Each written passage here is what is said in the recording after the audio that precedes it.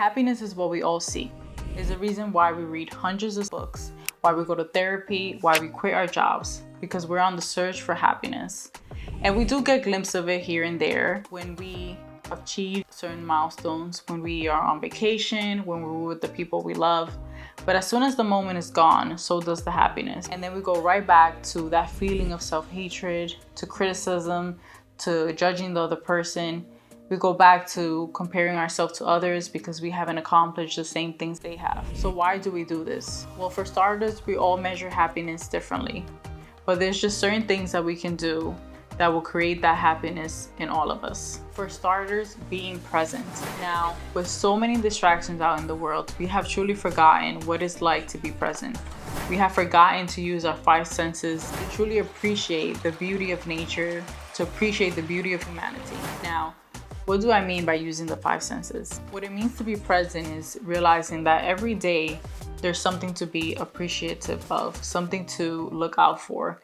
There's beauty everywhere you go, you know. It's about learning how to be at a standstill and to use your senses to be able to smell, to feel, to taste, to hear, and be able to see all that the world has to offer. I mean, think about it. When was the last time that you sat down and ate your food and truly appreciated the ingredients made to make that food? Can you even notice that hint of basil that the chef put? Can you even taste the warmth of the food? Most of the time we eat so fast that we don't even appreciate the time that it took to make that meal. We're just trying to get to the next thing that we forget to truly experience whatever it is that we're doing. I mean, in the morning, can you even hear the birds singing? No matter where I am in the world, I think it's so beautiful that when you wake up, you can hear the birds.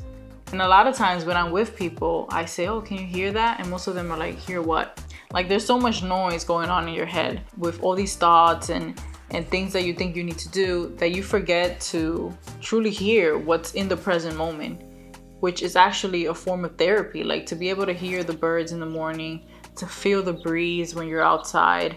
Like, these are things that reconnect you with Earth. They reconnect you with the fact that you're in this moment. You're not in the future. You're not in the past. I mean, think about it. When was the last time that you woke up to go see a sunrise? To me, the sunrise is one of the most beautiful art pieces that Earth could have created. And yet, most of the world is sleeping during that time or on their phones. So it goes to show you that most of the world is missing out on all these things because they're not in the present moment. They're thinking about the future or the past. I mean, most people can't even get home if they were lost because they don't know what's around their house. They're just unaware of everything that's happening around them because they're not in the present moment. So you guys remember that movie Soul from Disney? And I think this movie had such an important message, but most people didn't even understand the message. So the whole movie is about finding the purpose of life, right? Wanting to live and what makes us want to live. And the moment that the character decides that it wants to live, it was when he was sitting down in a staircase. He was hearing people laugh in the background, right? He was feeling the breeze, right, that was coming in. And he just looked up. He looked up and he saw this beautiful leaf. It was like orange and green, and he saw it falling down on the floor gently. Because that's how life works, right? Everything is slow. We're the ones that want to work fast. But in that moment when the leaf was falling down on the ground, it was so simple. But that was the moment that something went inside his head and he's like, I want to live. Because he was in the present moment. It was for the first time that he didn't think about the career he wanted to do. He didn't think about the past or like the opportunity he missed. It was about, wow, I've missed most of my life rushing to get to this, and I'm forgetting to live in this moment. And a lot of people thought that the message of that movie was the fact that he wanted to be a musician. But we all have passions, right? We all want things we want to accomplish. But is that really the purpose of life? Or is the purpose of life to be in the moment, to enjoy what the moment has to offer, which is a lot, and it's kind of beautiful. You see, a lot of times people think life itself is the gift, but you can live life without truly ever living. You know, we see people all the time that they're like zombies. They're here, but they're not really here. So the gift of life is the present moment, is being here, being aware of your surroundings, knowing how to use your five senses to pull you back into who you are, instead of living in la la land, instead of living in your trauma, instead of living in all the things you want to accomplish in the future. Because it's fine to want goals. It's fine to overcome the things you've gone through in the past. We've gotten so caught up in these things that we're missing out on every moment. I mean, that's the reason why people be like, oh, I cannot believe this year went by so fast. Well, of course, because you weren't here most of it. You were either in the future or in the past. But if you were to actually be present in the moment, just like that leaf, you will see how slow life is, because you're living life with intention. So the second thing that I think also helps with happiness is building relationship or nourishing your relationships. Human connection, I think, is one of the most beautiful things ever. I mean, have you ever gotten that really tight hug of someone you love, that kiss when you truly love that person? I think that's something that's unmeasurable, and the dopamine that comes out of that, because it's truly how we connect with the other person. Being able to look eye to eye and realizing, okay, this person in front of me is a human. This person has gone through something. Let me listen. Let me be there for them. And it teaches you to put your ego aside. It teaches you to put your problems aside. It makes you realize you're not the only person in this world with problems. You're not special. You're not special in that sense. The world is not out to get you. And it makes you more compassionate. It makes you value who you have around you, because when you realize that the world is not out to get you, and that there's people that have good intention for you, there's people that are actually there for you, there's people that are willing to pull you up when you're in a bad place. I mean, that's beautiful, but we're missing out on those moments because we're distracted by all these things, right? We're putting our own ego in front. We're putting our own insecurities onto other people. So sometimes, somebody does something, you feel like, oh, I don't like this person because they did this. But that thing they did is something that you do that you hate about yourself. I mean, think about it. There's a reason why you're not born alone in an island, right? You're born with people around you, with people that are ready to love you. And it's because human connection gets you to be a better person. Nobody's going to be a better person if they're by themselves their whole lives. Because it's when you're in front of someone else, it's when you're in a relationship, whether that be a platonic relationship or like your mother or your father. You have to put all these things that this person has done to you, or that you feel they have done to you. You have to be willing to forgive, to put all of that aside. You have to be willing to put your needs aside sometimes, because that person needs you. And that's not a bad thing. Like, all of these things teaches you to value the other person. It teaches you to truly respect them. And that's what real love is. And when you feel that love for someone, it's an incredible warm feeling. So being able to nourish those relationships you have in your life, and being present with that person, I feel like that's one of the best feelings for me, and that definitely brings happiness to me as well. Third main thing that I think creates happiness is being grateful, practicing gratitude. Now, this is something that is tied in with being in the present moment, because it makes you realize that it's okay to want all these things, but you're never going to achieve those things if you're not content with where you are now, right? Like,